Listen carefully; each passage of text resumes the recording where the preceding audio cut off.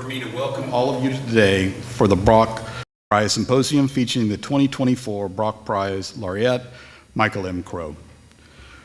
We here at OU are grateful for the opportunity to partner with the Brock Foundation as well as with the university, with Oklahoma State University and Tulsa University to participate in awarding prestigious honor in excellence in educational innovation. We're especially pleased to be serving as this year's host institution and to celebrate with this year's awardee, Dr. Crow. President Harris and President Wright wish they could be here, but have a conflict with the Oklahoma Higher Education Hall of Fame ceremony, where President Harris will be inducted into the class of 2024. Mr. Brock, welcome to OU, and thank you for the wonderful collaboration you make possible through the Brock Prize. We are looking forward to what we'll learn through today's symposium and to continue dialogue as we work together to create a more positive future.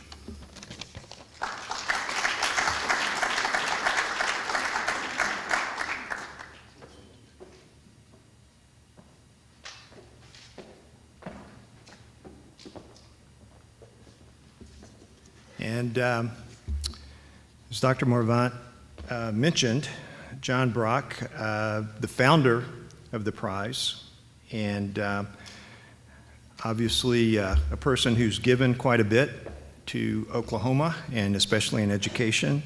And really good is he appreciates all of us in the business of education. So we don't have a whole lot of fans right now, but we greatly appreciate the ones we do, especially John Brock. So please welcome the founder of the Brock International Prize in Education, John Brock. Would you just wave? Or stand.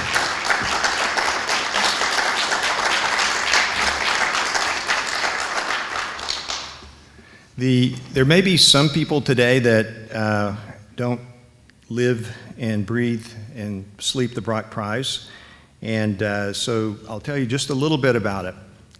It's about ideas, and not just about ideas, any ideas, we all have ideas, but about ideas that make a big difference. And what we want to do at the prize is find the best innovations in the entire world. We want to award those, and we want to showcase them to the world. So what we're doing right now is part of that showcasing. It's not the extent of the showcasing, but it's very much a part of it.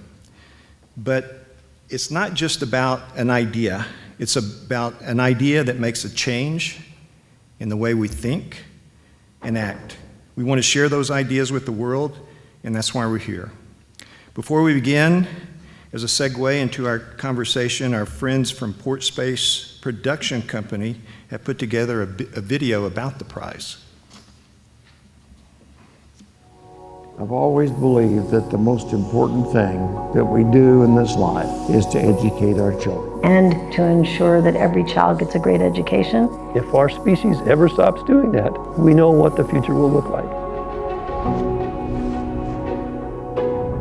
The Brock Prize discovers new ideas in education, and it spends the time and the effort to pass those ideas on to politicians, educators, and people around the world who are interested in education.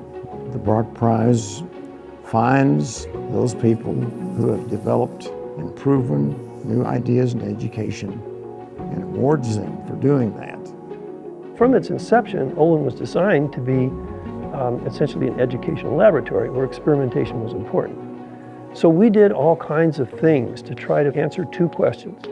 What does it mean to be an engineer in the 21st century? And what does it mean to be educated in the 21st century? Both of those things are changing rapidly. Engineering is not a body of knowledge. Engineering is a process. The education system we have today is built on the idea of transferring knowledge and skill. And it was invented 1,000 years ago. It's not what you know that matters, it's what you can do with what you know that matters. It's about conceiving now. What can you imagine that doesn't exist today, that the world needs? This is what we need to be teaching. It's going to require a new way of thinking. I think more than ever, it's important to create an education where every single child and every single teacher are change makers. One of the things that inspires me about the Brock Prize is this notion of innovation and of continuing to find new innovations that are having an impact across the country and across the world. You know, when we started the New Teacher Center, we were losing 50% of all new teachers in the first 3 years. And what we found is they leave because they feel isolated. They were just given the keys to the classroom and told to go at it, and no real support. At the New Teacher Center, we focused on mentoring brand new teachers. And our role in partnership with the school district was to actually teach the mentors how to be effective at mentoring, because, you know, there's no room for uneducated kids. Why doesn't our society value education more? I think we take it for granted. The most important thing is changing the culture from a negative culture to a positive culture. The Brock Prize love teachers. They just put teachers up on pedestals, and I feel like teachers are the real rock stars in our country. I think it's just inspiring on one level, right? To see a man and his wife honoring innovation in the teaching space. In the end, the Brock Prize changed. I don't think this is too much of a statement. I think it changed who I am. It inspired me to look beyond undergraduate engineering education, which is what Olin is about. It inspired me to think more broadly about the mission of education in society and what I should be doing with the rest of my life in order to address that.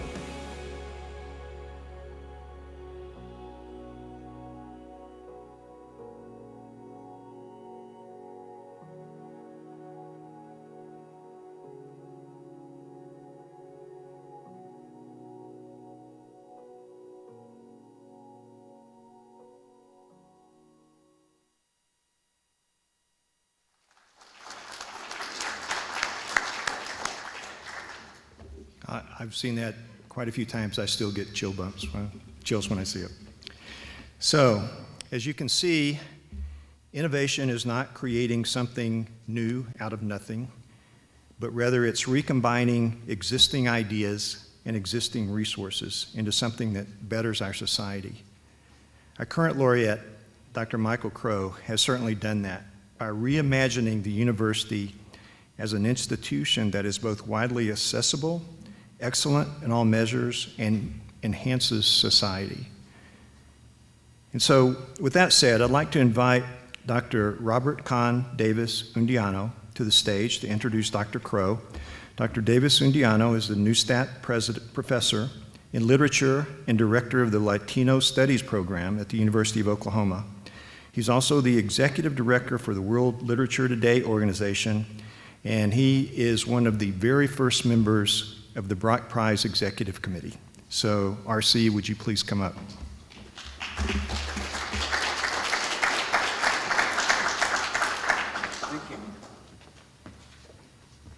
Thank you, Ed, for those kind words. Good afternoon, everyone. It is a real pleasure. I'm very excited to be here today and hear Dr. Crow, who tonight will receive the prestigious Brock Prize in Education Innovation. Dr. Crow, congratulations. This is a wonderful and a befitting honor. However, I've got a little bit of a problem, and I'm sure you'll understand this. I need to introduce two people, okay? So bear with me. The first one, I'm going to call him Clark Kent. He's a successful professor of science and technology policy, okay? Let's meet him. In his Clark Kent role, Dr. Crow was born in San Diego, California on October 11 in 1955. He attended Iowa State University, and in 1985, he got a PhD at Syracuse University. He worked for the Office of Technology Assessment in the U.S. Congress and was a research fellow in the Technology and Information Policy Program at the Maxwell School of Citizenship and Public Affairs. At this point, he also began teaching at the University of Kentucky and then at Iowa State University. By 1991, he had become an institute professor at Iowa State and also worked as a consultant for the U.S. Department of Energy, and he worked at Columbia University. Dr. Crow was next a professor of science and technology policy at Columbia School of International and Public Affairs. He became executive vice president, Columbia's third highest administrative post. In 1999, Dr. Crow became chairman of the board in NQTEL, the CIA's venture capital firm. In 2002, he became president of Arizona State University. Okay, so far so good. In San Diego, they were probably saying, local boy makes good as professor. And now he will round out his career as a mild-mannered university professor. However, around this time, something went wrong, very wrong. And with the mild-mannered professor, Clark Kent persona, and at ASU, Clark became Superman. Let's meet Superman. In his role as president, he had a vision of ASU as a new form of American university, an egalitarian public research university focused on access and inclusion, world-class knowledge generation, and a positive social impact. I'm wondering what happened. Did a bolt of lightning hit him, or did he throw off some hidden kryptonite? Whatever it was, he now saw the new American university as a platform for cutting-edge technological innovation with the intellectual capital of a research-intensive university dedicated to breaking down barriers to educational attainment. He vigorously committed to unlocking the potential of all individuals to build a more just, prosperous, and sustainable society. In a word, he saw educational attainment as the great equalizer, providing individuals with access to opportunities, breaking the cycle of poverty, empowering them with agency and confidence, and contributing to better health outcomes and overall well-being. John Dewey would love this vision. What were the results of this grand experiment? Since the start of Dr. Crow's tenure, the new American university concept at ASU has resulted in a 282% increase in enrollment for first-year students from families making less than $60,000 a year. The population of first-generation students has tripled, now making up 35% of the overall student population. In 2020, 50% of ASU's first-year students from Arizona identified as students of color, and 42% of all undergraduates were eligible for a Pell Grant, among the highest proportions of Pell-eligible students in the nation. Moreover, the U.S. Department of Education recently designated ASU as an Hispanic Serving Institute, a major recognition of the university's commitment to demographic diversity and inclusion, and also its efforts to more holistically serve the growing Hispanic community in the state and nation. Okay, I'm sure you get the idea and see why Dr. Crow is receiving the Brock Prize for Innovation in Education. Please give a warm Oklahoma welcome to Clark Kent/Superman, otherwise known as Dr. Michael M. Crow.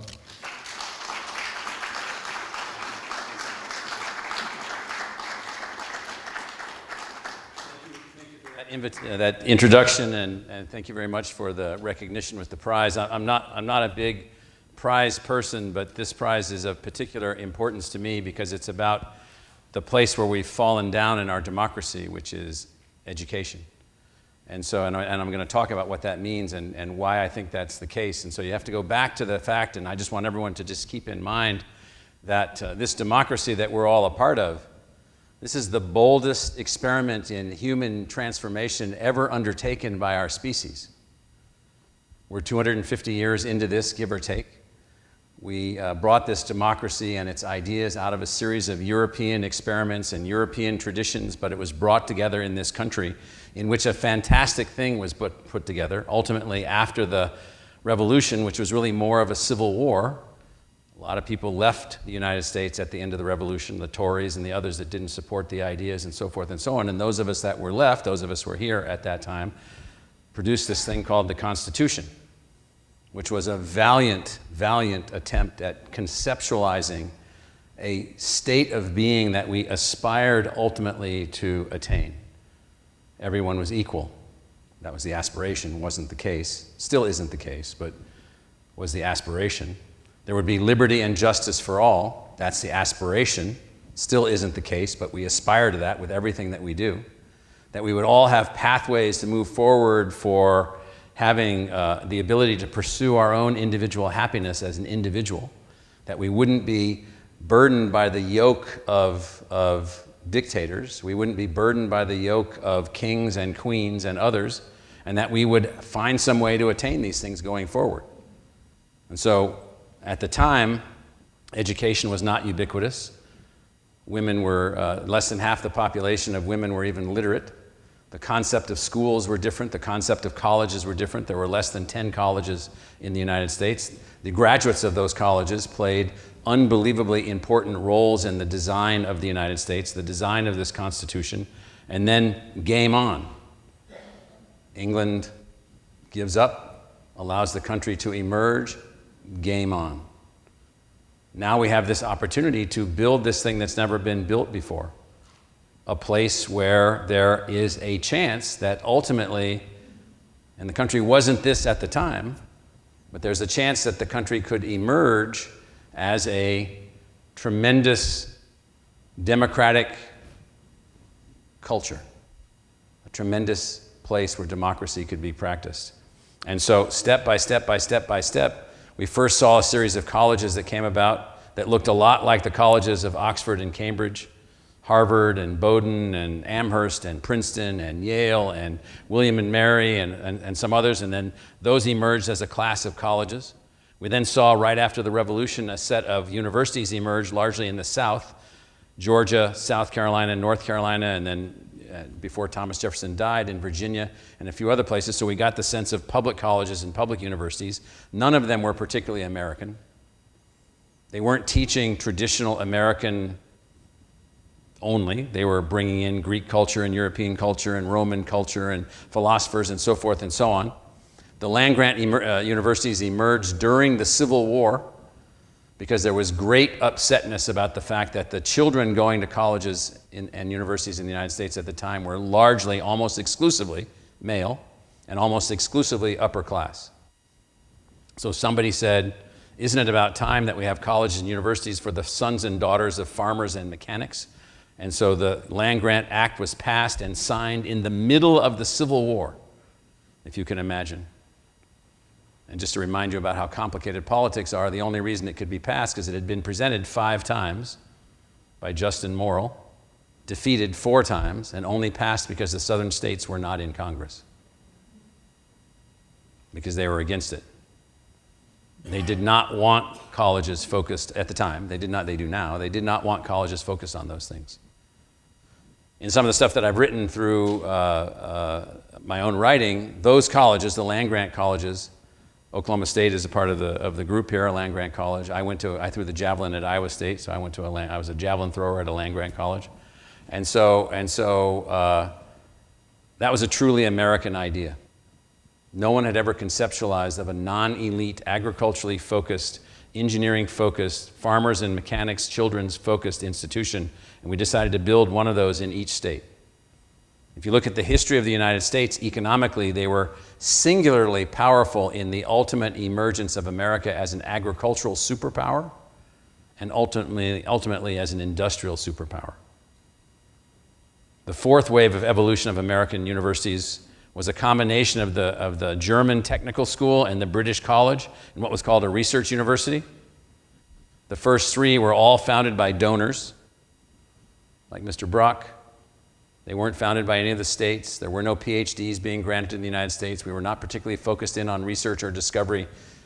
One was at Stanford, the first was at Hopkins, Johns Hopkins, and the third was at the University of Chicago, all founded by donors. That fourth wave of colleges brought us a series of research universities. OU and OSU are now research universities, R1s, they're in that category. So OU started as what I call a Wave 2 school, a public university that became a research university. OSU started as a Wave 3 land-grant school and became a Wave 4. And is Tulsa R1? We're R2. R2, so on its way. On its way, so that's a private that's on its way to being a research university. These research universities protected and defended democracy in World War II beyond all imagination. what they were able to do at the time that we required that victory to overcome fascism is unbelievable. Then something happened. Then something happened. We became British again. So after the GI Bill, after we brought millions of soldiers back from Asia and Europe, educated millions of people with college degrees, opened up the country to an egalitarian access to higher education, we began to seize up. We began to design our universities now where the measurement of success of the university was the following. How many people would you not admit? And the lower the percentage of admission, the better the school. Now that's fighting words, in my view, for a public university. Private university, private college, it's your own decision. You can admit who you want. But the United States wasn't designed as a country wherein selection and not being selected, exclusion is the measurement of the success of the democracy. And so what began to happen from about 1960 forward, so the last 60 or so years, is we began to believe, one, that we were done with evolution in higher education. We began to think that somehow the best colleges were those that admitted the lowest percentage of applicants. Harvard, Princeton, Columbia, where I was a faculty member, Bowdoin College in Brunswick, Maine, where I was a trustee, has under a 4% admission rate, so they're very, very full of themselves with all of the excellence that they must have within themselves because they're selecting on a narrow channel. And so, lo and behold, along the way, we became self-satisfied as a country. Some of the animosity being felt towards higher education today is a function of what I'm talking about right now. So there's two kinds of colleges right now. Those that are unbelievably difficult to get into and are not very accessible. And on the public side are Berkeley and Virginia and Michigan and schools like that. And on the private side, all those like Harvard and Princeton and Vanderbilt and so forth and so on that are unbelievably expensive, highly, highly selective. And so we began to drift away from our core principle of finding a way to advance universities in the public interest. It was John Adams, as the author of the Constitution of the Commonwealth of Massachusetts in 1780, that said that the seminaries, the universities, were essential to the success of the democracy. There were 5 attempts before the Smithsonian Institution was established as a museum instead of a university to create a national university. The land-grant universities, the community colleges that came about in the 1950s and 60s, the ways that things have evolved, basically we decided the following. We would create, and I'm being particularly harsh here, we would create British-modeled schools in which class and money and exclusion and selectivity would become the coin of the realm. And then we would create access-only public universities. And we did, 800 of them. Only no one graduates from them. The graduation rate of the non-selective public universities in the United States is around 35% in 4 years. More than half the people that have gone to college in the United States have no diploma or no degree. 3/4 of the people that have debt from college have no diploma and no degree. And we call ourselves successful. We're not. We're successful in some cases. We're successful at some institutions. We're successful where the students are hand-picked and selected. When I was at Columbia as deputy provost, as the chief research officer, as a senior faculty member there, the obsession was we got to get our admission rate under 5%. Okay, what a game. And again, it's a private college, a private university, and it's free to do whatever it wants. It's free to charge whatever it wants, and it does. But for those of us then out in the hinterlands of the country, trying to make the United States more successful as we grow to 340 million people with unbelievable diversity, and as the United States becomes closer and closer and closer and closer to its ideal, it's time to accelerate, and this is why I appreciate being recognized, not just me, but our institution with me as the leader of the institution, as being a part of this innovation process, educational innovation. Basically, we needed new kinds of universities. because whatever we had up to this point was not succeeding on a social scale. So in 1969, I was in high school. 1969, 1970 was my freshman year of high school. In 1970, so in my lifetime, in 1970, I was raised in a family from the bottom 10% of family incomes. So I don't know what their graduation rates were from college, but I know what they are for the bottom quarter in 1970. So from the bottom quarter of family incomes in 1970, about 7% of the people living in that cohort group, 25% of the population of the country, would ever attain a college degree. A person in the highest quartile of family incomes in 1970, about 70%. Those numbers are not fundamentally different today, except the top quartile is even higher. If you're in the bottom quartile of academic ability and you're in the top quartile of family income, you have an 80% chance of getting a college degree. I'm just like, something's wrong. And so, you mentioned Dewey. So in the late 18th century, we began to develop a series of American philosophical positions. And John Dewey emerged as a tremendous force for American specific philosophical tradition. And one of his traditions was something that ultimately became, from Dewey to Rorty, something called American pragmatism. That in the United States, we were not going to have fanciful traditions and fanciful philosophies that were built on ideas that never meant anything to anyone. That in America, we would have philosophies that made a difference to people. And they would be measured by their success. And so Dewey, who lived at a time when there were lots of ups and downs, and he lived during World War I and lived in the 19th century and so forth and so on, he says, if you don't like the way democracy is going, the only solution to the ills of democracy is more democracy. Now just process that for a second. The only solution to the ills of democracy is more democracy. More people having access to the ability to fulfill the aspirations of the Constitution, where we engage everyone. Now, to be clear, how do you do that? So in the late 1990s, when I was still at Columbia, I read this book by this guy, Frank Rhodes, who was then the president of Cornell University. And Frank wrote this book, and he told me when I called him up, I said, Frank, I read your book, what's going on? I went over to see him. I drove over to Ithaca to talk to him. And he said, well, it's my apology. He was the president of Cornell University, and he says, I couldn't do this, I couldn't do this, I couldn't do this, I couldn't do this, I couldn't do this.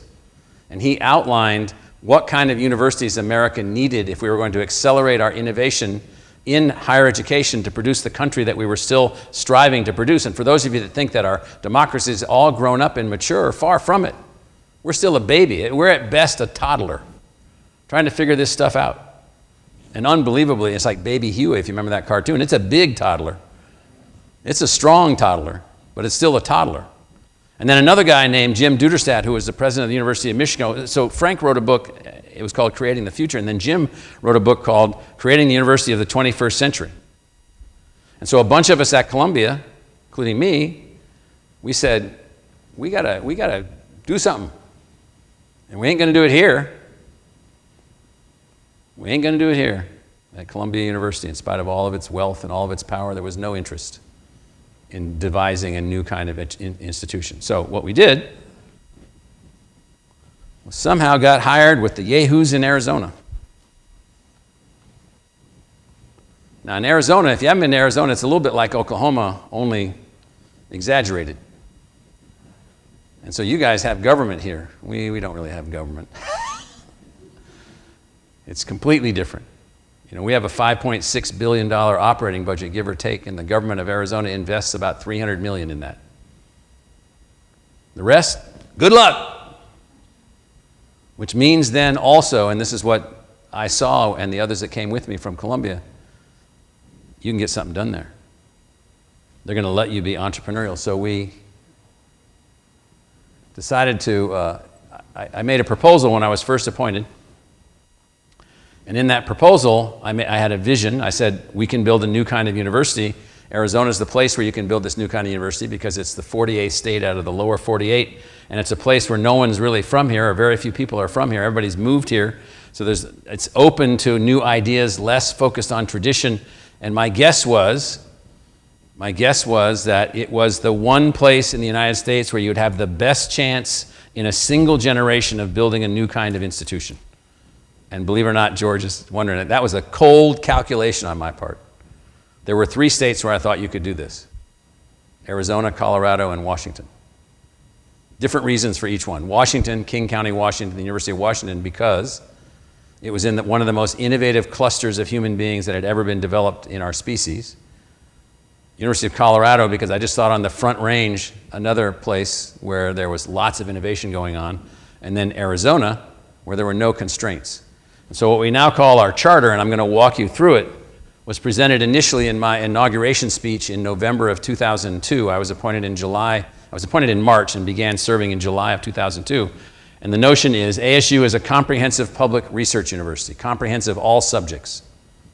Don't tell us what we can't do. Don't tell us what we shouldn't work on. Don't tell us that you can't duplicate, you can't do this. All of that is silliness.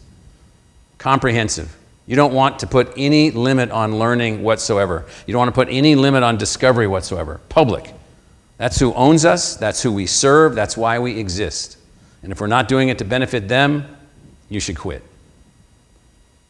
We're not serving the academy. We're serving the public. Research, that's the kind of university that we are.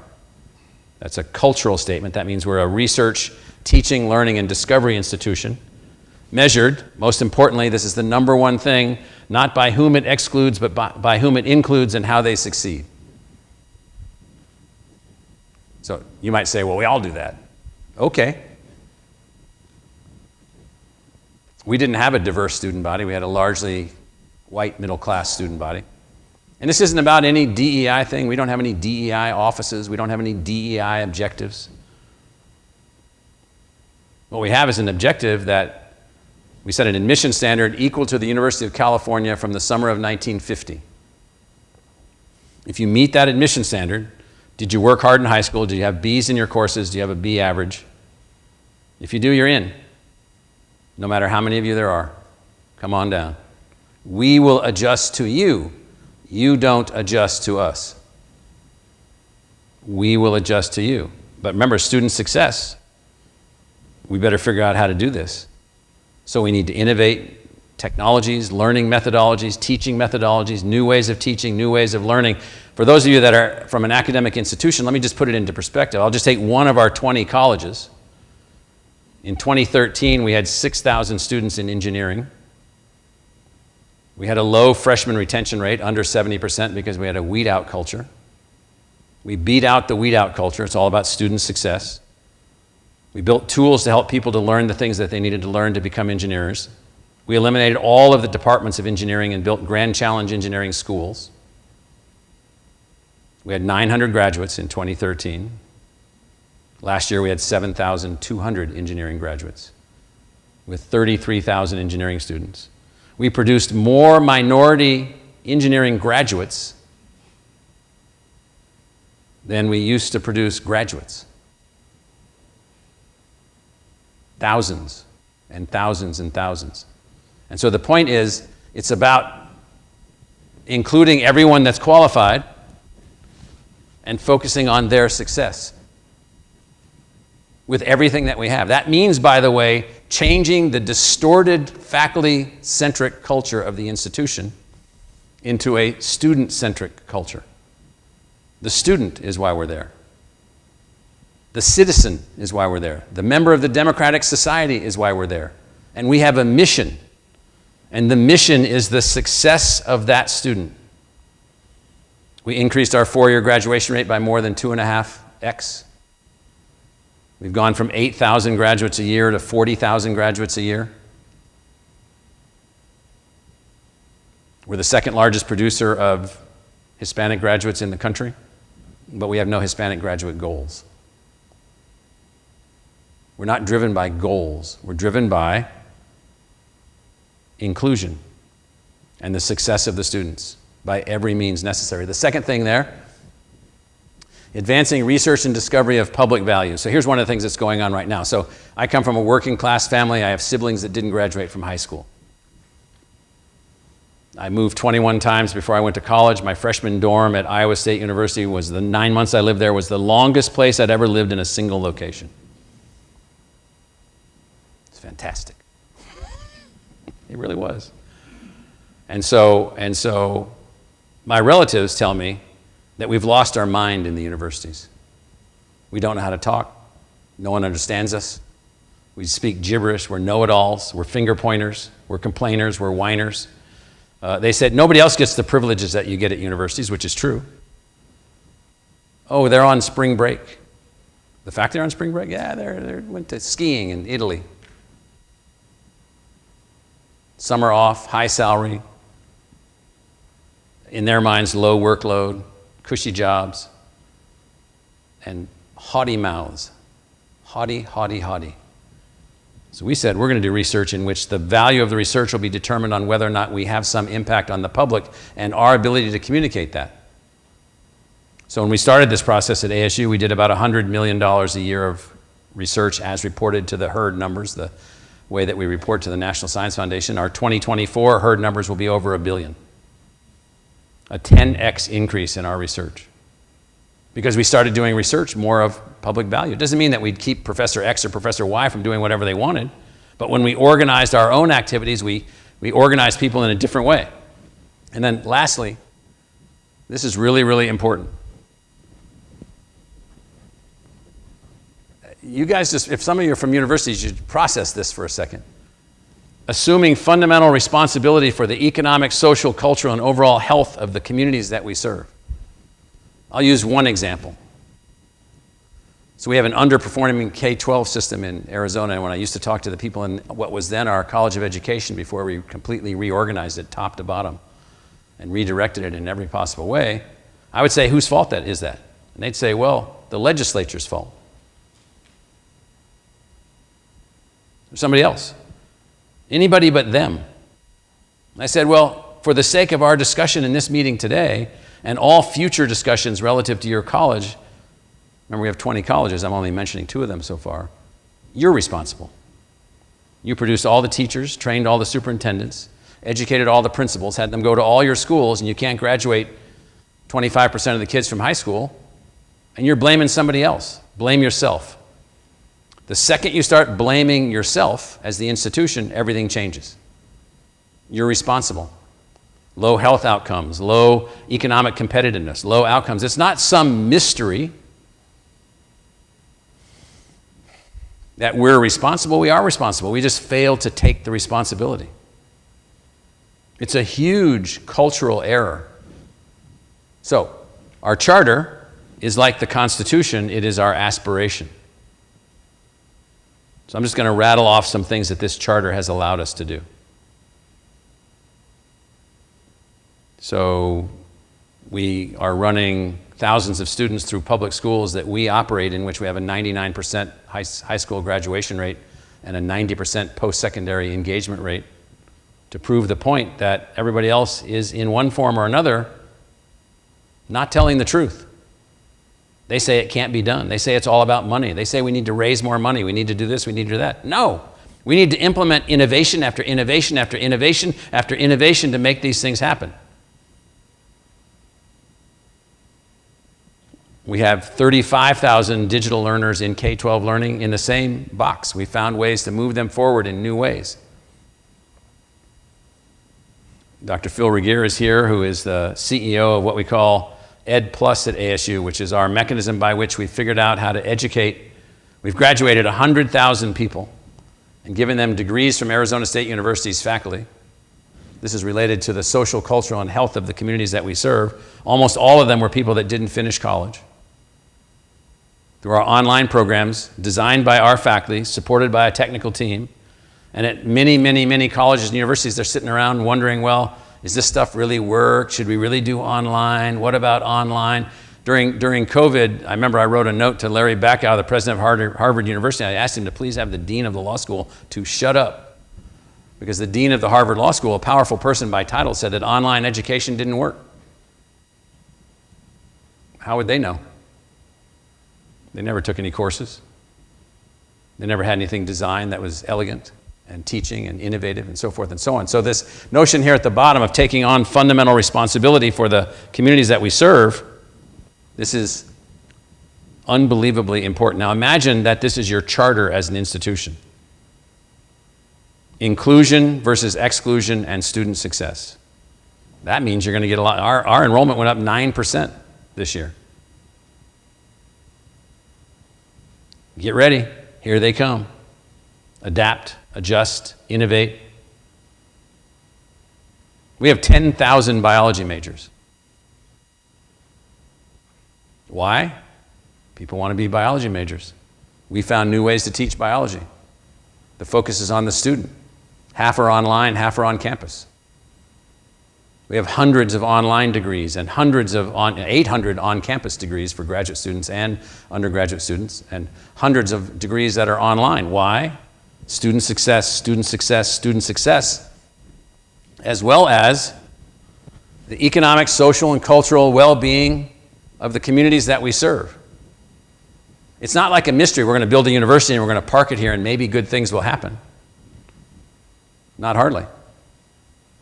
So if this is the aspiration, what are the details? And so if this is the, in a sense, the self-actualization that we're working toward, could you build a university that could actually do this? The answer is 22 years into this, billions of dollars of investment, billions of dollars of philanthropy, billions of dollars of revenue, billions and billions and billions of dollars to make this happen. It's working. So then within that then, and this is a bugaboo for me relative to innovation, there's no innovation in colleges or universities, and I'm sorry if this sounds harsh, but it is meant to be. They just replicate each other. There's no innovation in replication. You're just producing the next factory, producing the same widget with the same gears. And so we decided to have specific aspirations that would make us differentiated. So we call these design aspirations, and Dr. Justice here, who was one of our prominent faculty members and leaders for many years, doesn't know that we added a 9th one. So we started with 8. And so let me just talk about a couple of them. So these are, if the self-actualization charter is what we're aspiring to be, this is who we're aspiring to be, the specifics. So let's just take that top left. Leverage our place. Any university in Arizona, and any university in Oklahoma, and any university in New Mexico, and any university in Colorado, and any university in the state of Washington, if they even look, smell, or feel like each other, it's a fatal mistake. Where you are is the single most important thing. The culture that you're embedded in, the people that you're a part of, the people that you're serving. And the states do vary, and the regions do vary. Now, it doesn't mean that you don't have great academic programs in engineering and petroleum engineering and so forth and so on, but it means you embrace where you are. One of the errors in the United States is that the colleges are all replications. I spend a lot of time talking about that in the books. Fuse intellectual disciplines. So when I showed up to college, August 1973, I walk up to this desk in Beercheer Hall at Iowa State, which is this beautiful building, and I walk up to this lady, and she says, "What's your major, kid?" I said, "Well, I've got 5 majors." She said, "No, what's your major?" I said, "I have 5 majors." She said, "No one has 5 majors." I said, "Who said that?" I was already kind of mouthy, but and so where does it say that? She says, "I need to know your major, or I'm writing you down as distributed studies, and that's where all of the stupid kids go." And I said, "I need 5 majors." So she wrote down distributed studies. And so I started my fall semester as a distributed studies major because I wanted to fuse my own intellectual disciplines together and create my own thing. I wanted to study engineering, and I wanted to study science, and I wanted to study political theory, and I wanted to study linguistics, and I wanted to study anthropology, and I wanted to study all these things because I'd been deprived. And she's like, "That's insane." Now, I did graduate with 2 majors and 3 minors, those 5 subjects. And so what we've been doing at ASU. And what I'm saying is that it wasn't because of that experience, totally. But fuse intellectual disciplines means for us, we don't want standard issue departments with some exceptions. We have a standard, fantastic, unbelievably high-performing English department. We have a standard, high-performing physics department. But we took geology and said, we're not interested in having the 25th best geology department, so you can chase a bunch of others out there and maybe someday be rich and famous and so forth and so on. So we said, what do? You got 3 months to come back and tell us. So they said, we're explorers. I said, great. Are there other explorers on campus? Well, yeah, we have some buddies in astronomy. We got some buddies in astrobiology. We have some buddies in physics department in the astrophysics unit. You're all explorers. Well, why don't we form a school of exploration? Why don't we change the whole paradigm? I'm just looking at this one here. Our design aspirations is how we're going to be unique to us. So we took all those units, we did away with those departments, we did away with those programs, we did away with those units, we didn't do away with any of the faculty members. And our innovation here was we created a school of Earth and space exploration. That thing is, no pun intended, taken off like a rocket. I mean, it is just beyond belief. It has over 10 times the research volume that it had. George, you'll be surprised by this. We have 500 astronomy majors, half online, half on campus. We have more majors, more degrees, more faculty engagement, more research, more outcomes, because we also, John, we gave to the faculty, through Phil's shop, every innovation imaginable. You want to be an explorer? Go to our School of Exploration. You're interested in space exploration, which lots of kids are? We got plenty of degrees over there rather than you need to get a geology degree only. We have a geology degree. It's a darn good geology degree. We also give many other degrees in that unit. And so I'll pick 2 more. Be socially embedded and practice principled innovation. So be socially embedded. We have multiple campuses that we operate as a single institution. They're all in about a 20-mile circle. Social embeddedness means we don't have any walls, we have no boundaries, we have no gaps between the community and us. We're trying to be as absolutely engaged as possible. We have 100,000 online degree-seeking students. We have 500,000 students registered for classes, taking those classes digitally. Last year we had about 25 million learners come to the university not registered to participate in the kinds of things that we have. Almost 3 million in one program related to biology alone. And so this social embeddedness means every partnership imaginable at every level of the community for the university to be successful. And then lastly, practice principled innovation. We have to find a way to teach character and values to be at the center of decisions and actions in the innovations that we're advancing, or we're going to end up doing innovations that will have unbelievably poorly thought out consequences. And so we just added that. Got a major gift from the Kern Foundation, $25 million to help us to implement that on an all-university basis. And what I will tell you in all of this, to the spirit of the Brock Prize, is that all of this is driven by 4 fundamental things. And then I'll end. The fact that the purpose or the reason for the existence of the university is not the faculty. It is the students and the community and their success, and the faculty are the means to that. They're the single most important thing with the support staff around them that is unbelievably important. Second, that we have, to the earlier comment that Ed was making, it's at the end of the day all about culture. Most universities have an anti-innovation culture. They think they're innovative, but they're innovative within their own field, within their own subject, and they are typically anti-innovation. We have an innovation culture which is built around the notion of continuous innovation. The third most important thing is that we have a design logic as opposed to an administrative logic.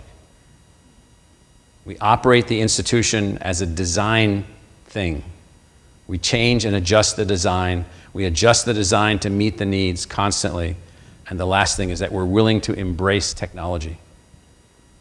We have adopted over 400 new technologies from outside sources and inside sources and embedded them in our teaching and learning curriculum.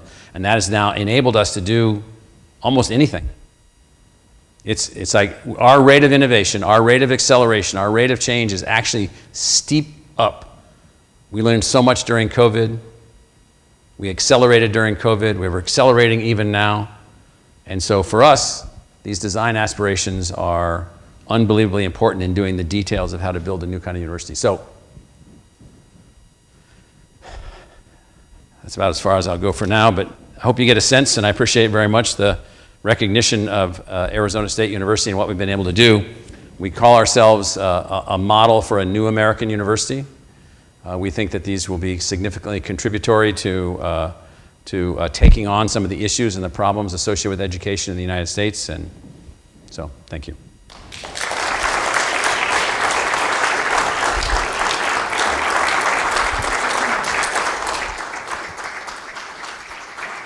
Yeah, okay, sure.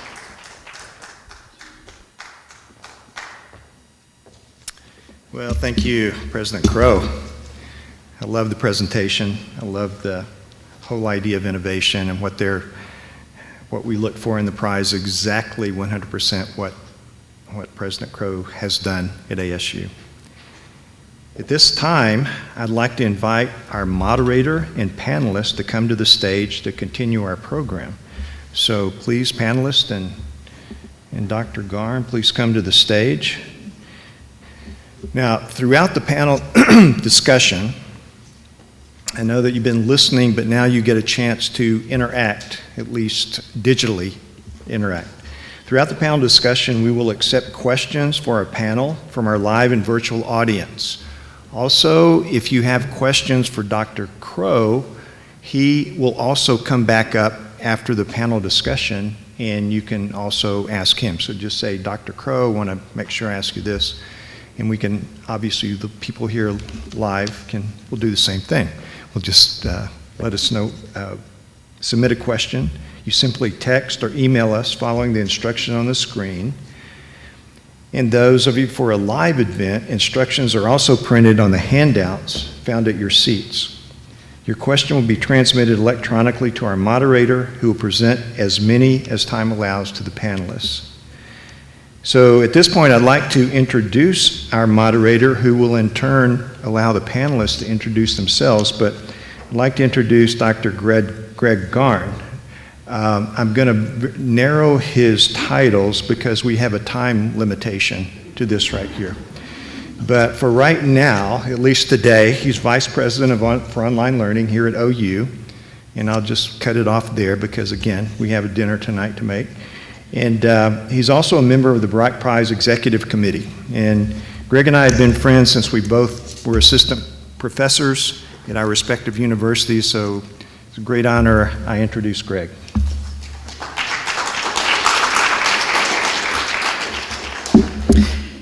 I appreciate the opportunity to start this conversation. We already have a number of interesting questions that have come in online, and so we'll sort of filter back and forth. But maybe the place to begin is one of the fundamental ideas that I heard President Crow talk about is that this university is socially embedded in the local community. And as the panelists answer this question, what I'd love for you to do is a quick introduction of yourself, and then maybe a brief example of, in your organization, what does that look like? What is a socially embedded university or college of education or program? What does that look like? So again, if the panel would introduce themselves to begin, and then take that question of maybe an example from your practice of a socially embedded program or experience. Hi everybody, my name is George Justice. I'm Provost and Executive Vice President for Academic Affairs at the University of Tulsa. And as President Crow mentioned, I had the incredible privilege of working at Arizona State for 9 years as a dean and as a professor of English. One thing that I'd say that we have been trying to do to be more socially embedded in Tulsa, Oklahoma, is to do some hiring and some programming within our local communities. As many of you know, Tulsa is not white bread center of the world America. In fact, it's an incredibly rich and diverse place with African American, Hispanic, and Native cultures. And my colleague Blaine Gredeman, Dean of our College of Arts and Sciences, and I have been thinking about ways how do we hire and engage faculty members who can bring our students into close connection with those various constituencies. I'll highlight 2 hires that have taken place in the past couple of years. We hired a man named Q Lansana, who was probably known to some of you from Oklahoma State. He worked at OSU's Tulsa Center, and he has an incredible connection with the Black community in Tulsa as the leader of the podcast Black Voices of Oklahoma. And he's brought students in creative writing classes and other classes into Greenwood, and more importantly, into a kind of dialogue with our community and with the very unique history in Tulsa. More recently, I think Blaine, yesterday or the day before, we inked a deal with Sterling Harjo, creator of Reservation Dogs, to be a visiting faculty member at the University of Tulsa. And Sterling is very excited to be working on film with our students in Tulsa. And that's another way that we can kind of connect to the community. We're also, Blaine's working really hard on some other distinct hires that will bring both in research and in education the University of Tulsa, which is a private university. It's not committed necessarily to all of the goals that President Crow has outlined here, but to bring us into closer connection with the community, because it's better for the university, it's better for the city, and of course it's much better for the students. So just as when I was at ASU, we hired Natalie Diaz, MacArthur Genius Grant winning poet, to the English faculty, and that was really one of my proudest accomplishments working as a dean there. We're trying to replicate a little bit of that in Tulsa because we have such a rich community to connect with. Thank you. Hello, everyone. I'm Stacy Reeder. I'm Dean of the Janine Rainbolt College of Education here at the University of Oklahoma. So this question in terms of the communities and how we connect with them and how we serve them, when we went through a strategic planning process a few years ago, we rewrote sort of our mission statement and the focus of our college in alignment with where the university was moving. And of course, for us as a college, our mission is to prepare, in large part, the next generation of educators and school leaders, also counselors and other researchers, but to help the communities that we serve, to help Oklahoma and the surrounding region to develop the next generation of students. We're focused on outcomes, improving education outcomes. But our mission statement captures that and ends with the statement, in and with the communities we serve. So not at those communities, not for those communities, but with those communities. And I've really seen over the past few years how our college has embraced that in sort of new and invigorating ways. Certainly our programs are always in partnership with, and I think some really meaningful ways, with those communities that we serve. So all of our teacher ed programs, of course, are embedded in schools, in conversation often, certainly with the school leaders and with principals at the closest level to where those teachers will be working. And those partnerships are numerous. That's true also of principals and superintendencies. And that's sort of baked into, I think, education programs by and large.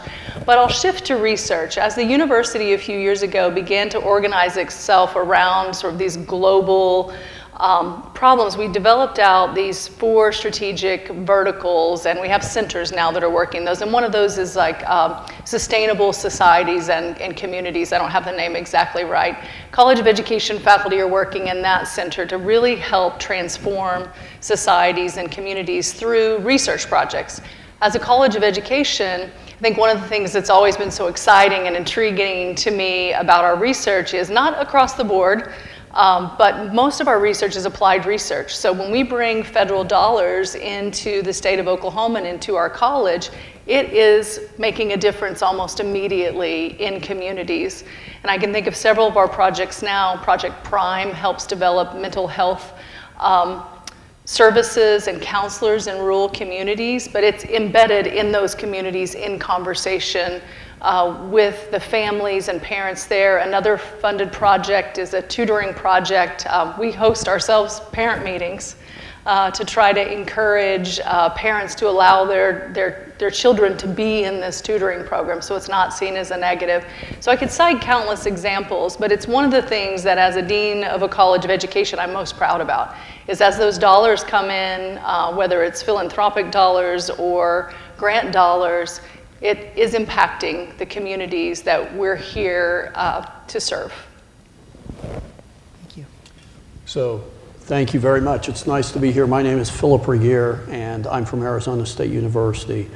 And I have 2 titles. I am University Dean for Education Initiatives, and I am CEO of EdPlus. EdPlus is the umbrella organization at the university that drives much of what the university does with online teaching and learning, digital teaching and learning, and it includes under its umbrella ASU Online. I'm going to point out 2 ways in which I think we are meeting that 3rd commitment of the Charter to be responsible for the communities that we serve. First off, ASU Online itself. As President Crow said, we've graduated over 100,000 online students, and we served last year 96,500. This year we'll serve over 100,000. Interestingly, a lot of those students, about 20% of those students, are from the state of Arizona. There are reasons why people in Arizona cannot go to one of the 3 state universities. They are place-bound, they are taking care of parents, they're taking care of their kids, they're taking care of loved ones, all sorts of things. And so out of those 100,000 students, we have managed to graduate about 25,000 students from Arizona. At any given time, 1/4 of our students are from Arizona. And so what we have done through ASU Online is basically create another instantiation of a state university for people who cannot attend a brick and mortar campus. And that is a commitment to the people of Arizona that we will serve them where they are. The next one, and again, luckily, I've only been listening to President Crow talk about the Charter for 22 years, and so I know that the Charter says we will be responsible for the communities that we serve. And so I talked about the Arizona community. I want to talk more broadly about a national community. So as President Crow said about if you're from the bottom income, actually if you're from the bottom 3 income quartiles, there's about a 27% chance that you get a university degree in this country. Now, that means basically if your parents didn't go to a university, or you don't have enough money, or you are not privileged in some way, there is very little likelihood that you will actually graduate from a university. And we wanted to address that. And so how do we reach the maximum number of people who may be wondering, how do I get to a university? How do I pay for a university? Well, where do people go to get educated? What is the largest learning platform in the world? And the answer is, it's YouTube, right? YouTube serves 3 billion people every month. 80% of the people who go to YouTube go to learn something. Now, it may be that you're trying to learn how to change the battery in your key fob, but you may also go there because you're interested in understanding about biochemistry or mechanics or advanced physics, right? You also may go there because you're struggling with figuring out how to go to a university. You're from a very poor area. You don't have a high school counselor to tell you this. And so we worked in partnership with YouTube, which is part of Alphabet, which, by the way, President Crow has referred to as the Death Star. But they can do something that we need, right? So we work with YouTube. We work with an incredible channel on YouTube called Crash Course, run by 2 guys named Hank and John Green, who are experts at creating videos that people will watch around education. And what we've done is create a set of videos. One is called, and this is in a YouTube channel called Study Hall. One is called How to College. That set of videos talks about what's the FAFSA, how do I finance college, what's a major, what's a registrar, all these things that we take for granted. But if your parents didn't go to college, it's a foreign language. The second thing is a set of things called FAST guides. Like, if I major in history, what are my job outcomes? What amount of math do I need if I want to be an electrical engineer or a civil engineer or construction management, right? And so we created a set of FAST guides around 45 of the most popular college majors, everything from interdisciplinary studies to electrical engineering to political science, okay? So that students can be more educated about things that they might choose, unless you have President Crow's problem. I want to major in 5 things, and the registrar says you can major in 1. What's it going to be? The third thing we did, though, and this is the most radical, is we asked ourselves, how can we go from informal learning on YouTube to formal learning that confers university credit in 10 clicks or less? And working with YouTube and Google engineers, working with our own faculty, working with Hank and John Green at Complexly, we have now developed 5 courses that students can sign up for on Study Hall. They pay $25. If they pass the course with an A, B, or a C, they can purchase university credit from ASU at very low cost.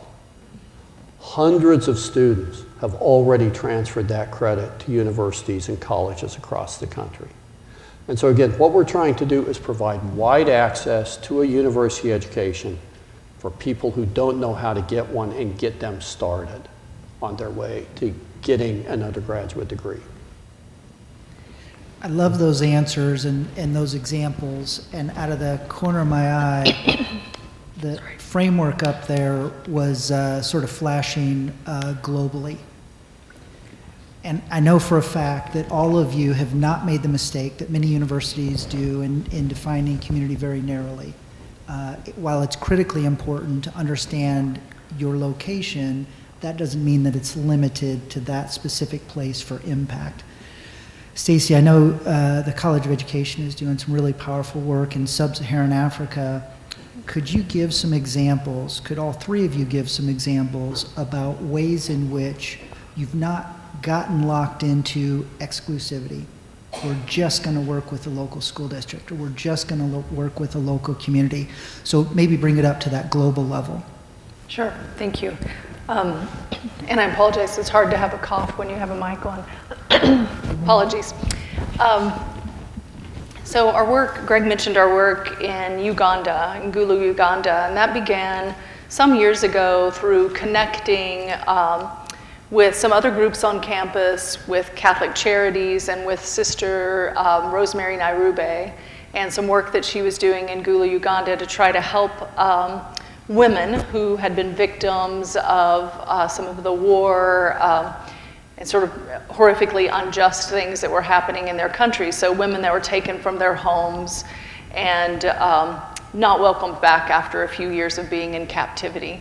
So where we plugged in as a college of education said, well, what can we offer with this, right? What are the skills that we can bring to this? And we'll figure out how to get over the hurdles and how to get people there. And so that began with just helping with mathematics and literacy curriculum. So not trying to do everything with the school, but our piece, the piece that we could bring to that. And at the time I was department chair, and that was coming out of my department, and we had to think critically about like what resources can we put on this. So we had very eager, brilliant doctoral students who'd been classroom teachers that were ready to throw in a lot of blood, sweat, and tears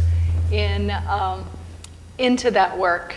But to watch that as faculty sort of dug in on that, became very clear that we needed to get people there. They had to understand the context.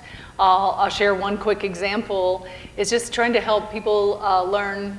These are adult women, so they bring a lot of knowledge to the classroom, but learning time.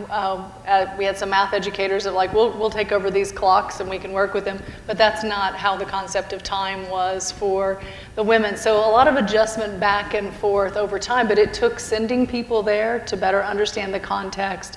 It took finding resources to help get across multiple languages, not just a couple, but many languages to assess, and to try to provide an education that met the women where they were. They were all at various ages, when some of them also were kidnapped from school themselves.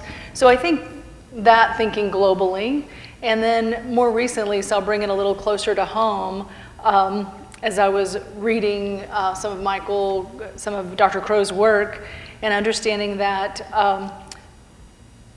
partnering as a research university with our community colleges, so I'm going to go global to really local, with our community college has been something that's so important to me. I'm a first-generation college student, the first in my family to go to college, and I started at what then used to be junior colleges. They're now community colleges, and traversed that space of not really knowing what to do and sort of semester to semester figuring things out. So we recently have gone through a process, I think at OU, and our college especially jumped on this opportunity to really put together articulation agreements with our community colleges in full force. So for one community college, I think we have 27 articulation agreements. But what that it did was allow us to open a formal pathway program with a community college, and we hope that will just be a standard, a template for us to do this with other schools. Makes so much sense as a professional school because we can go there and work closely with the students while they're there, extend a lot of supports to students while they're at the community college, and then really welcome them in long before they step on the OU campus. So not only thinking about that will help diversify the teacher workforce tremendously, which is much needed in our state, but also help a group of students have access to what we have to offer at OU that didn't have access before. So we're really excited about that program. So we're hopefully continually thinking about those communities both abroad and locally that we haven't really been engaged with. So we're excited about that. It's early days. We hope to see a real big stream of students coming to our college to become teachers and return to their communities through that pathway. Thank you. Philip, I know ASU Online's made a strong commitment to international learners. Will you talk a little bit about that experience? Yeah, well, I'd say we have a few. First off, there are some things that are obvious. When we were going about the business of setting up ASU Online, I thought, oh, well, the first group of students who are going to come are international students, right? Because international students come and, at a university, they'll pay $35,000 and that's before room and board. And that's at a public university, and at a private university, they'll pay $80,000 or $85,000 or $90,000 a year. And so we can really cut that cost down, and they'll come and they'll flock to us. That didn't happen, okay? And it doesn't happen because the price point for two reasons. The price point for online education is still too high if you are not an elite person in India or China or Africa. And if you are elite, you want to come to a US university and experience that, and you can afford to do it, okay? And so we've had to reconceptualize how we think about our international engagement. And one way we've reconceptualized it at ASU, and this is not directly tied to EdPlus, but we created a company working with a guy who ran very, very successful startups in the educational space for many years, named Doug Becker. We created a company called Centana, and the whole goal of Centana is to find up-and-coming universities around the world that are not ranked in the top 500, but they may be ranked between 750 and 1,200, for example. There's something like 12,000 higher ed institutions in the world. And they want to move up, but they don't understand how to provide the back-end services. They don't understand many things. And so what happens is we now have universities in, I think, probably about 18 different countries now that are affiliated with Centana, and we say they're powered by ASU. So we have now taken about 120 of our undergraduate degrees and some graduate degrees. We put them in a digital content repository, and if those universities want to, for example, say, gee, we'd love to have a biochemistry degree, we don't know where to start, they can go to the digital content repository, download all of our courses, all of our syllabi, and when I say the courses, I mean the complete online courses. So everything from videos to interactivities, and they can say, this is a place to start, okay? And many of those universities are using that digital content repository. We've also established through another affiliate of Centana, an online program delivered in Mandarin in China. And we now have 5 degrees that are being delivered in Mandarin in China. And those degrees are growing at about a 50% year-over-year rate. And then the final thing I'll say is, once we got good at online teaching and learning, it's not just about building courses, it's about building technology platforms to support the user experience. And so we worked carefully with a big foundation out of Toronto called the MasterCard Foundation to create a platform for their African scholars who they were sponsoring to come to the US and Western European countries and Canada, but then they'd go back to Africa and they'd lose all contact with the people that they had established contact with while they were over here. And so we created a community and career services platform for sub-Saharan African youth that now serves over 65,000 students on that platform. 3 ways. Thank you. I have 2, so ASU will be I have 1 more. TU. I'd like to highlight a couple programs I'm really proud of at TU. One is, we call it Jumpstart TU. It was primarily initially designed for first-generation students coming to the University of Tulsa to get a sense of what higher education was going to be by doing the service learning project in Panama. So between 20 and 40 students each summer, mostly first generation, would go to Panama, do service learning with some faculty along with them, get accustomed to what university life was going to be. We've expanded it, and there will be 5 different locations in the upcoming summer: Panama, Mexico, Germany, Dubai, and Beijing. And it's been a great way for students to get an international experience that they might never even get during the regular time of their education at TU. But also we've seen in high success rates in terms of retention and completion from the first generation students who have gone through Jumpstart TU. The other thing I'd highlight is we have an amazing faculty member in anthropology named Danielle McDonald, who does her research work in Jordan. And President Carson himself is a veteran of the Iraq and Afghanistan wars. And we have, for whatever reason, and Blaine, you might know better than I do, a very large Afghan refugee population in Tulsa. We've housed many of the Afghan refugees, including what I guess in our terms we'd call emancipated minors, 16, 17-year-old siblings who have lived on campus and are now entering TU. So we have a commitment to the community, and we've used assets that we have to help house and support those communities as they've come into Tulsa, but we've also provided refugee scholarships at a fairly large number given the scale of our institution, not only for refugees who are living already in Tulsa, but we've expanded to a more worldwide search. And that was a passion project of a particular professor who was supported by the president, and we've got our first Welcome Corps students. So any of you at universities that are interested in refugee education, Welcome Corps is this really interesting project where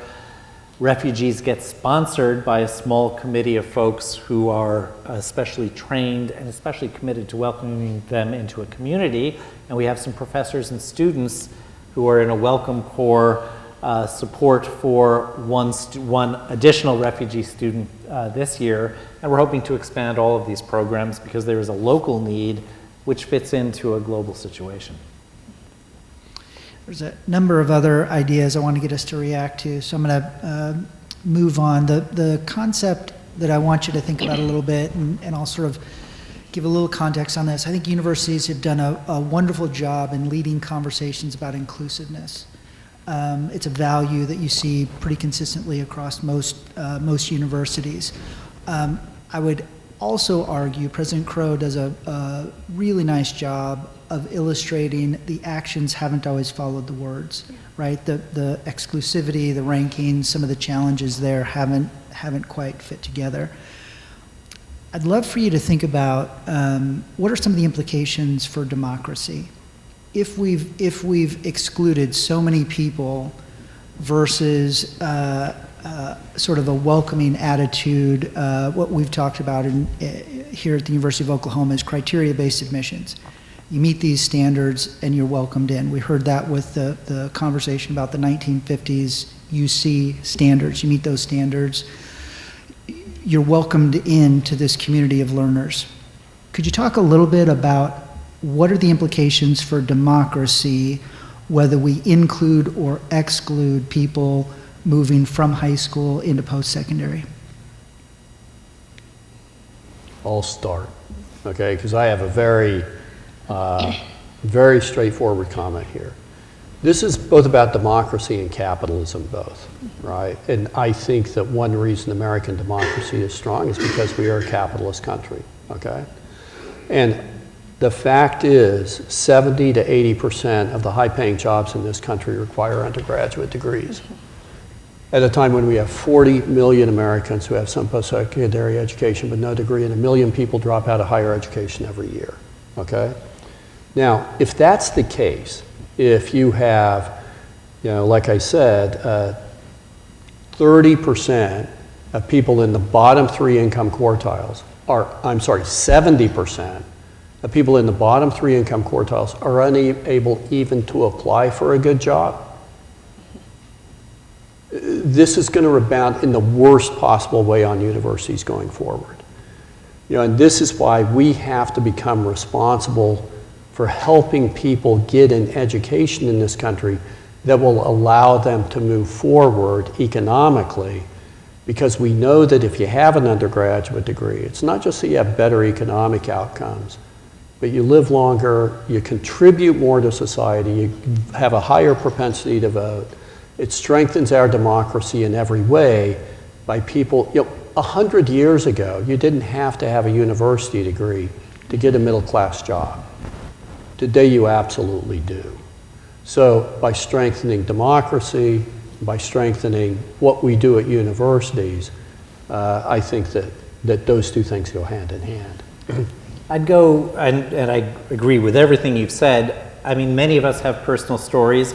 I had a great upper middle class upbringing, private K-12 school, because my parents, my father was the son of a coal miner in southwestern West Virginia. My mother was an immigrant, was the daughter of immigrants from Lebanon to the United States. My grandfather on that side worked in a rail yard. So as the grandson of an immigrant rail yard worker and a coal miner in Mingo County, West Virginia, there is no other country that allows that, and it was all education. My father worked his way through West Virginia University, won a Rhodes Scholarship. That is transformational. And I know Dean Kenny, Pat Kenny, one of my colleagues at Arizona State, was always great about talking about the generational change a college education makes. It isn't just for one person or a kind of community at one point in time. What higher education does is changes the entire trajectory of families and communities.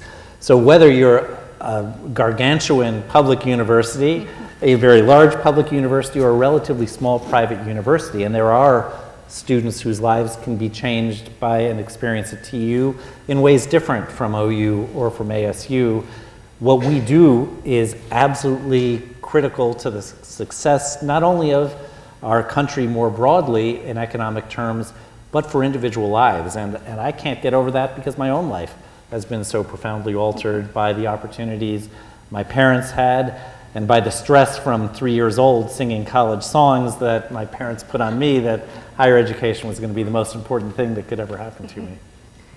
Yeah, I'll follow up with completely agree that education changes everything, and we talk about that a lot in our college, but we talk about that multidimensional transformation that can occur when a first-generation college student goes to college. So One of the things that we've been trying over the last few years, everybody knows there's a teacher shortage in the state of Oklahoma and in this region and much of the US. So we've put a lot of effort at recruiting students. And so creating this OU teacher bound pathway that I described earlier with a community college. But when we talk about our recruiting efforts, what we're trying to do is get out to communities where we know there's a large percentage of students that whose families have not gone to college, and we can go to Oklahoma City Public Schools, our surrounding area here, and meet those students in great numbers. And what we're proposing to them is an invitation, and this is how we talk about it. This is an invitation for you to absolutely change your life. Also, we happen to have a lot of money for you as well, right? So we can make this affordable. That's one of the great things about teacher education right now. There's funding because of the shortage, but we know that when we bring a student in who becomes a teacher, they are going to have that transformative power in their career to change the lives of other students and be that story and be that inspiration.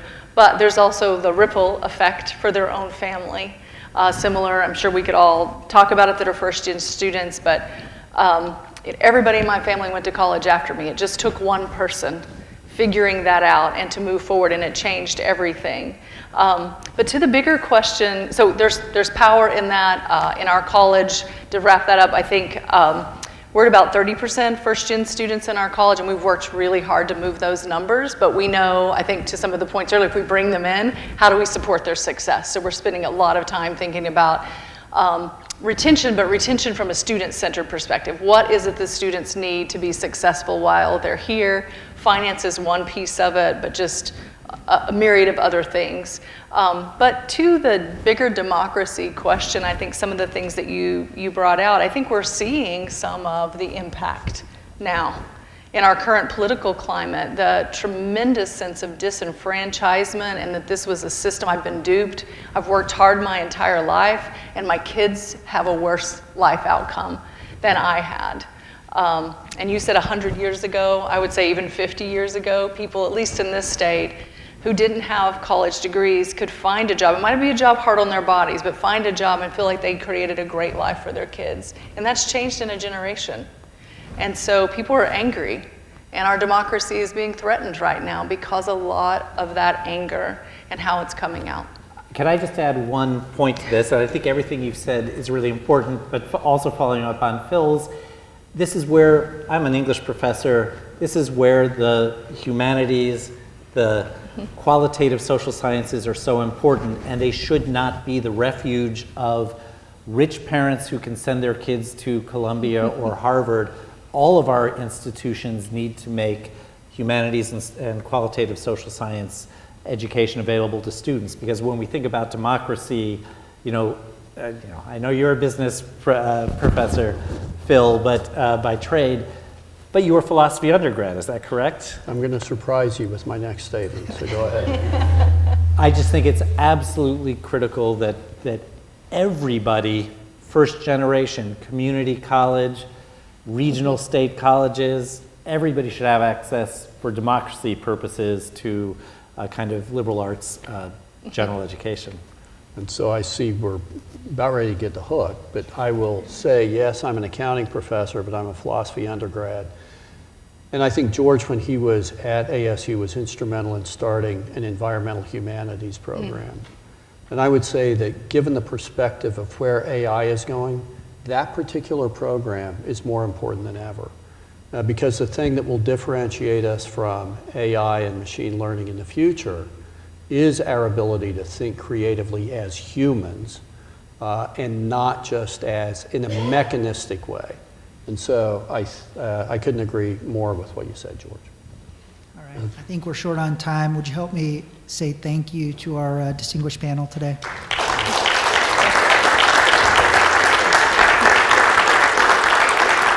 I also want to say thank you to the folks online. We had a number of questions that were submitted, and just want to say thank you to the group. Ed? Thank you very much, Greg. We always said we'd have Dr. Crow to come back up, and so, Greg, can you pick out one question for Dr. Crow? We'll just stay for a minute. Sure.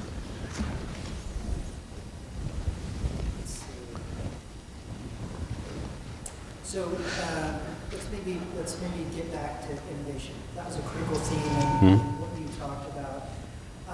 One of the things that I've seen in my friends in the philosophy department is this concept of intellectual humility. The concept on maybe one end of the spectrum is intellectual arrogance, where I'm not even going to listen to what you have to say. I'm just going to wait till you take a breath and talk. On the other end of the spectrum is a level of weakness, where because you're a PhD or a university president, I'm going to take whatever you have to say. What I've seen ASU do is that concept of intellectual humility, where I have some core beliefs, but I'm going to listen carefully and adjust and adapt quickly. How have you been able to create that mindset, not just in the administrative offices, but to spread that across the university and then get some of the outcomes that you've been responsible for? Well, I think a part of that is this student centrism notion. And so when I was at Columbia University, which I enjoyed unbelievably, and I was able to do anything there, I was able to make things happen. I was able to, create my own professorship and create the different things that I was doing, and loved living in New York City, and, it was all like fantastic. But it wasn't a place which was student-centric. It was faculty-centric. The institution existed for the faculty. And the faculty knew that. And the faculty knew that in all of their interactions. And so that's fine. But a student-centric institution is probably a tool that's of greater potential impact across the democracy. Because if you're student-centric, that means if you're admitted, I don't care where you came from, I don't care how you got here, I don't care what your family has as income, I don't care if your parents can read, I don't care anything other than you're here, you're one of our students, and our objective is your success. And the second that you do that, it changes the way that you listen as an institution, it changes the way you listen as a faculty member. Not every faculty member, but most faculty members, it just changes. And so I think someone said earlier that at the end of the day, it's all about culture. So there are several cultural elements that have altered the way that our environment has evolved. Now, we're surrounded by the superculture of academia. And in the superculture of academia, it's a mercenary culture. I'm a professor at Michigan State, and I'm a high-performing professor. I'm going to get an offer from Yale, and Yale offers me $500,000 a year to be on the econ faculty there, which they do, and that is my achievement. And so again, I'm not taking away from that process, but if that is the central element of the culture of a public university, that public university isn't listening. And we have to figure out then also within the institution itself how to move away from the petty bureaucratic models that have trapped academic faculties in perpetual, endless intellectual combat among and between each other for resources, as opposed to why don't we all go out together and find more resources and then bring all those resources back and then advance the entire institution rather than my own individual unit. And that's an imperfect process, but it's one nonetheless that we've spent a lot of time focused on. Let's give one, so you can just stay up here, Okay. President Crow, but let's give our laureate one more round of applause.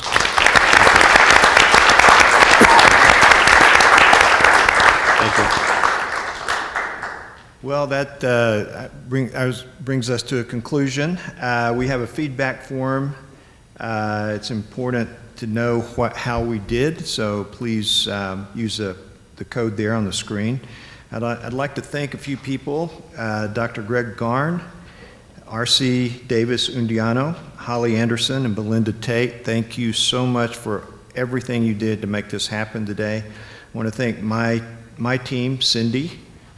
Thank you for this. And thanks for all of you who joined today in celebrating this afternoon. And please remember what John Brock says often is the most important thing we do in this life is to educate our children. So let's remember that as our charter. So please drive carefully, and thank you.